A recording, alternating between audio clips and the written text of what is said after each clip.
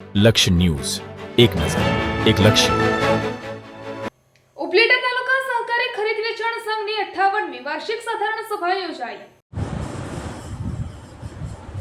ઉપલેટા તાલુકા ખરીદ વેચાણ સંઘની 58મી સાધારણ સભા પટેલ સમાજ ખાતે સવારે 10 વાગે મળેલ, જેમાં શહેર અને તાલુકાના આગેવાનો, સહકારી મંડળીના પ્રમુખો વગેરે મોટી સંખ્યામાં ઉપસ્થિત રહ્યા હતા. આ કાર્યક્રમની શરૂઆતમાં ઉપસ્થિત મહેમાનોનું ફૂલહારથી સ્વાગત કરવામાં આવ્યું હતું. આ પ્રસંગે સંઘના પ્રમુખ ગોપાલભાઈ સખિયાએ વાર્ષિક અહેવાલ રજૂ કરી મહેમાનોનું સ્વાગત કર્યું હતું. આ પ્રસંગે જિલ્લા બેંકના ચેરમેન અને ધારાસભ્ય જયેશભાઈ રાદડિયાએ પ્રેરક ઉપસ્થિતિ સાથે જરૂરી માર્ગદર્શન આપ્યું હતું. તેમજ આ પ્રસંગે નરસિંહભાઈ મુંગલપરા, રવિભાઈ માંકડિયા, વર્ષાબેન ગજેરા, હીરાલાલ ઠુમર, છગનભાઈ સોજિત્રાએ પણ પ્રાસંગિક પ્રવચનો કર્યા હતા.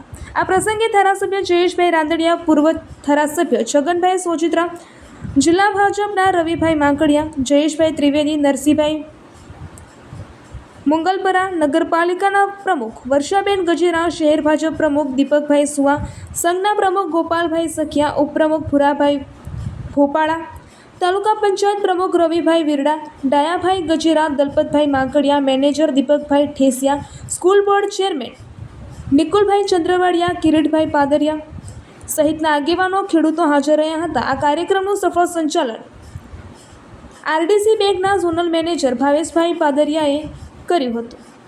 જ્યારે કાર્યક્રમને સફળ બનાવવા માટે તાલુકા સંઘના કર્મચારીઓએ ભારે જહેમત ઉઠાવી હતી. હું હરિભાઈ ઠુમર આજરોજ ઉપલેટા લેવા પટેલ સમાજ ખાતે ઉપલેટા તાલુકા ખરીદ વેચાણ સંઘની સાધારણ સભા મળી હતી. ઉપલેટા તાલુકાના સહકારી પ્રવૃત્તિ સાથે જોડાયેલા તમામ મંડળીઓના પ્રમુખશ્રી, મંત્રીશ્રી અને કમિટીના સભ્યોશ્રી સહિત બહોળી સંખ્યામાં આજે ઉપસ્થિત રહ્યા હતા. અને ખાસ કરીને જેમના નામથી રાજકોટ જિલ્લાનું સહકારી માળખું ચાલે છે એવા જયેશભાઈ રાદડિયા ખાસ ઉપસ્થિત રહ્યા હતા.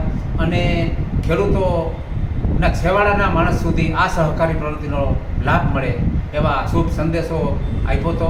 અને આજની સાધારણ સભામાં ઉપલેટા તાલુકા ખરીદ વેચાણ સંઘે 9 લાખ જેવો માતબાર નફો કરી અને 15% જેવું ડિવિડન્ડ જાહેર કર્યું છે. ત્યારે ગોપાલભાઈ સખિયા અને એની સમગ્ર ટીમને હું ખૂબ ખૂબ અભિનંદન આપું છું. જય સહકાર.